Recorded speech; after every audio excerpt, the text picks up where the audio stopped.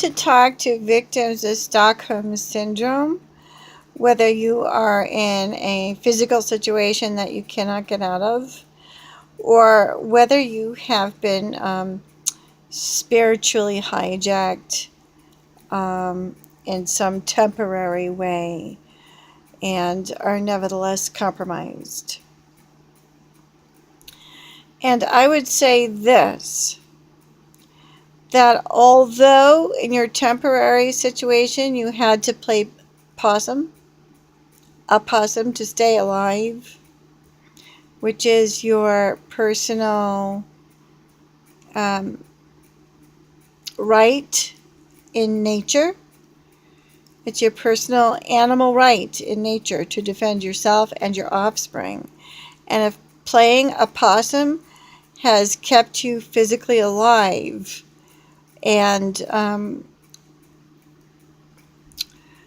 that if physically fighting somebody off would have been more dangerous to yourself and to your offspring, and especially to your offspring, to be without the child's mother, for the offspring to be without a mother, or worse, to be alone with an offender,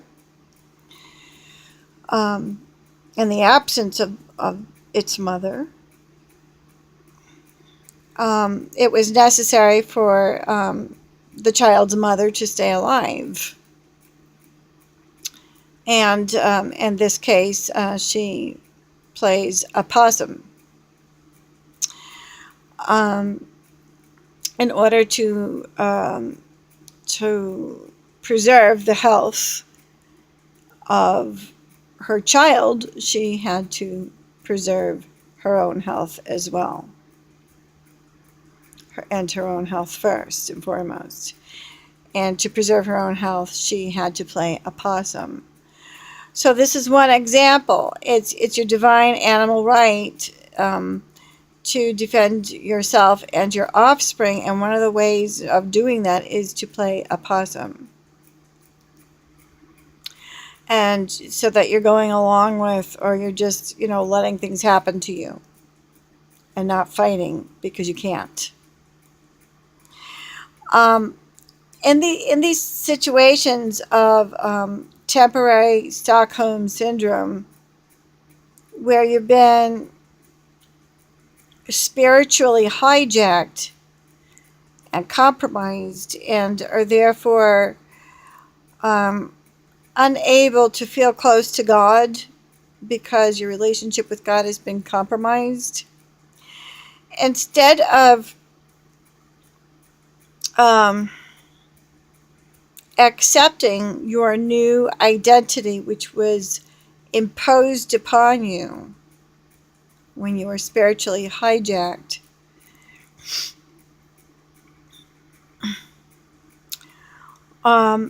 it is necessary after the physical threat, or the spiritual physical threat, the metaphysical threat, has physically walked away, and or when you are ready to allow that metaphysical entity to walk away,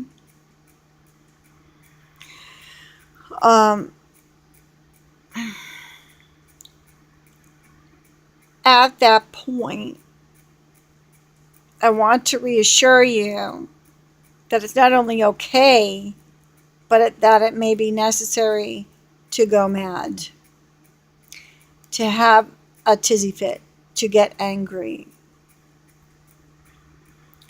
And I think the reason is because you are rejecting the new identity imposed upon you for you. You are rejecting the spiritual compromise. You are rejecting the interference that somebody physically bigger and stronger than you imposed upon your relationship with God. And if you don't have a tizzy fit, if you don't go mad, If you don't get furiously angry, then you are in danger of judgment. For the Stockholm Syndrome you allowed to happen when you played a possum. Do you understand? So it seems bizarre because you don't want to think of yourself as a monster and you see yourself as going mad and it's changing you and you're becoming this angry person. You also are becoming a person that is now a bad influence on your younger charges. But your younger charge, the child that is influenced by you, um, can also learn from your, lessons from what you demonstrate. And they're not all healthy lessons, but the more that you resist going all the way with what you might call borderline personality, if you don't give into it all the way and you get on your knees and you pray, you are more than conquerors in Christ Jesus, the Lord, for resisting the temptation to go all the way with that borderline. But Jesus Christ appeared to me on the cross and told me, this is borderline. And the borderline is basically the cross. There are two boards crossing each other. And he says, here's a picture of borderline. Okay?